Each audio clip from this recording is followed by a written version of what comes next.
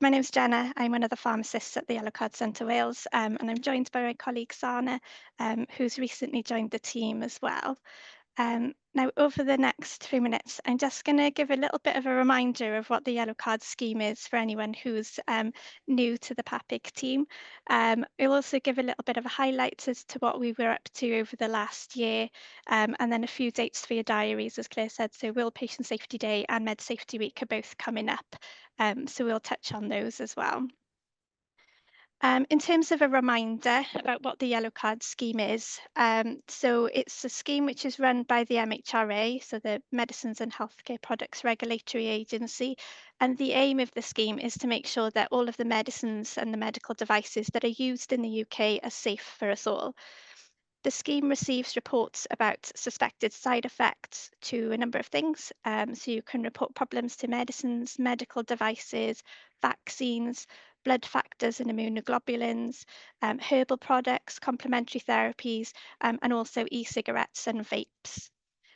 When the MHRA received these reports, they analysed them really closely so that any safety concerns can then be picked up as quickly as possible and addressed, therefore making medicines as safe as possible for everyone.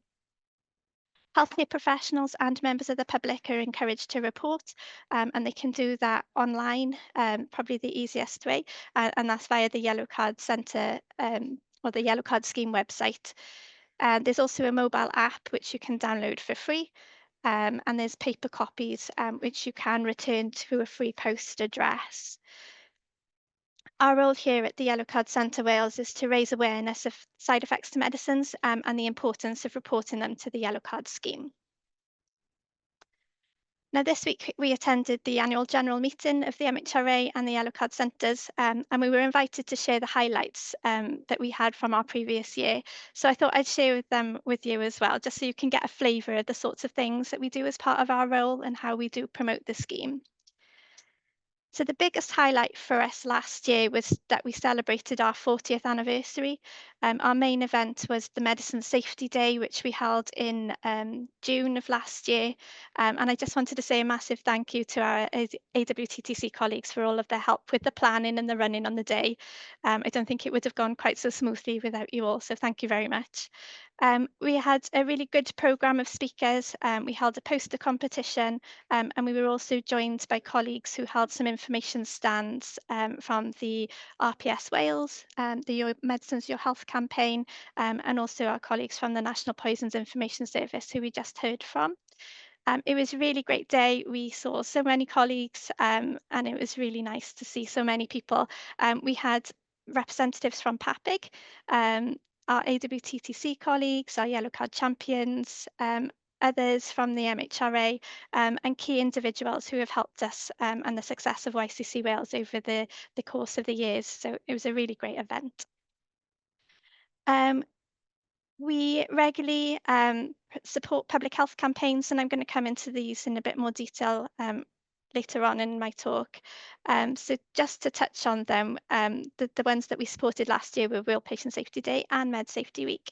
And 2023 saw our most successful World Patient Safety Day campaign to date. We worked really hard with our Yellow Card champions to make sure that there were events in every health board across Wales, and there were a total of 17 venues holding events, which was really great to see such good engagement.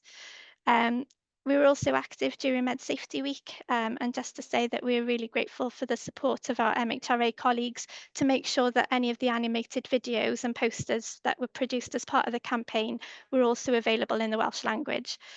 So that was really positive and a great step forward for us. Um, we often try to raise awareness as much as we can through to members of the public. So we attend a number of events throughout the year. We've also worked with colleagues from Radio Glamorgan, and I think they're on the call today. So just a big thank you to you for your help. So we have put together a radio jingle, which is played regularly on the station. So again, just a big thank you for all their help and support in promoting the scheme through their station. We've also attend regular events to raise awareness to members of the public. One of my favourite events last year was the National Eisteddfod, which we attended together with colleagues from AWTTC and the National Poisons Information Service. It's a week-long event. It attracts approximately 100,000 visitors each year, so it was a great opportunity to meet and speak to a number of people. And we had some colouring competitions and different activities for children to try and get the message out there to them as well around medication safety. Throughout the year, we support educational institutions, so we do a number of teaching sessions for undergraduate students. Lots of those are face-to-face now, but we do some online lectures and workshops as well for both Cardiff and Swansea universities. Um, Last year, we've continued really to build on the relationship that we've started with Swansea University, and we now provide some teaching for the first, second, and third year students in their pharmacy undergraduate courses. So that's really great to sort of reach out to students at the early stage of their professions. We also reach out to healthcare professionals to remind them about the importance of reporting. So we do regularly engage with the All Wales Medicine Safety Network, and we provide regular updates to the Welsh Medicines Advice Service Network as well, which proved to be really useful forums for us. We also raise awareness amongst other members of the public and healthcare professionals at various events, so various conferences and those sorts of things. If we have a really quick look at our reporting rates for last year, if we look first of all at the blue line, so that's the total number of reports that we saw from the Welsh regions. So we did see a little bit of a reduction in the number of reports that we had in total for the year. So I think that was a 12% reduction.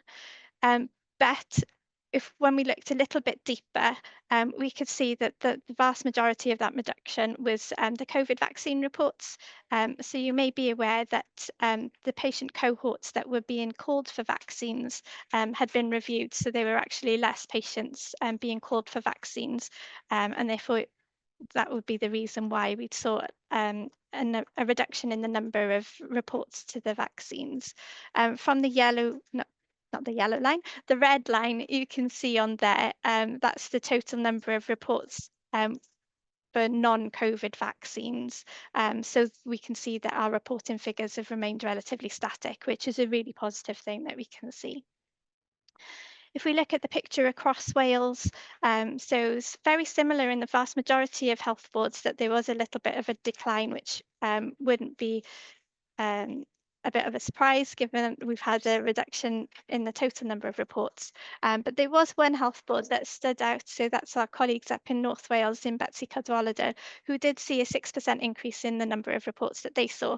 So I'm planning on reaching out to the teams up there just to see if there's anything that we can learn from so that we can hopefully increase the number of reports next year across the rest of the health boards. In terms of who's reporting, so it was great to see that members of the public were our highest reporting group for last year, and that's the same for the second year in a row now, which is really positive and great to see. GPs were our second highest reporter group, but we have seen a little bit of a drop off in reporting amongst them since our pre-COVID period. So I think we're just going to try and have a little look as to what's going on there. But for the vast majority of reporter types, we did see an increase across the board, which is a really positive thing.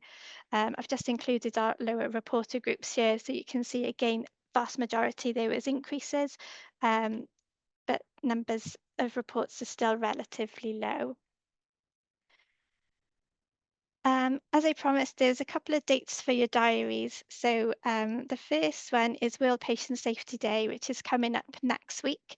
So World Patient Safety Day is a global awareness day, which is organised by the World Health Organization. There's a different theme each year, and the theme for 2024 is Improving Diagnosis for Patient Safety. And the slogan is Get It Right, Make It Safe. So the main message that they're trying to get out is that delayed, incorrect or misdiagnosis can prolong illness and result in poorer outcomes to patients. Obviously, this can include medicines too. So For example, medicines, as we know, they're designed to help to treat specific conditions, but sometimes they can cause side effects in some patients, and those side effects can sometimes mimic or mask symptoms of other health issues, which makes it harder to diagnose what's really going on. So one example might be that a medicine might cause dizziness in a patient, which could then be mistaken for symptoms of another condition, like an inner ear problem or low blood pressure, for which they might then be prescribed another medicine, and so the cycle continues.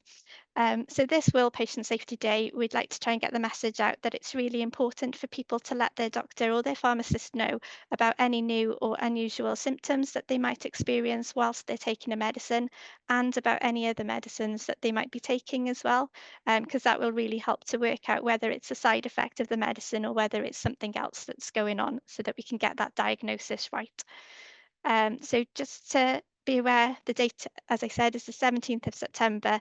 So please look out for our content on our social media channels. And if you could like and share our messages with your colleagues in your patient groups, then that would be great.